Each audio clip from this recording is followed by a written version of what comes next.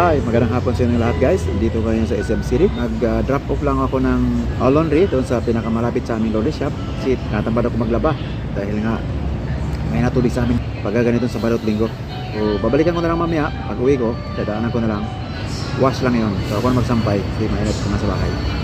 So habang naghihintay ako, dito muna ako sa SM City at umorder ako ng broad coffee. Combo ito na may kasamang favorite na merienda ng mga Pilipino, ang turon with langka and ubi flavor.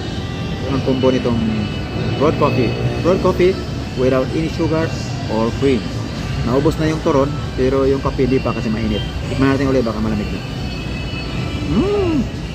Sarap guys. Balot na lang ng turon ang natira. Kumos ko siya, sarap eh. Ba't mo mapatagalin eh, sarap eh. Tumutunog pa pag kinagat-kagat mo, di ba? Crunchy ba? Crunchy. Sinabi ko lang yung balot kasi tapong ko sa basurahan. Makapagalitan tayo dito na dito pa naman tayo sa libreng upuan na yan. May mga upuan dito sa labas. Dito lang ako nakaupo guys kasi nga malamig sa loob. Wala nang upuan doon sa tapat mismo ng binilang ko. Meron doon mga lamisa at mga upuan eh, puno na. Hindi na tayo pwede makikiagaw doon.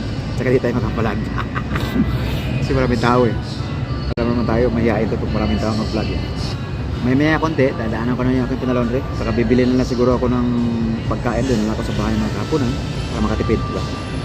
Mahaba kaninang umaga ko pala guys ang aking walkathon from Bukana up to 7-Eleven ng Maa. So 1 hour from my place to 7-Eleven, saka 1 hour pabalik. So 2 hours. Pag weekly mahaba. So next week, inshallah, mag-isip ko kung saan ako pwede maglakad na 2 hours ulit.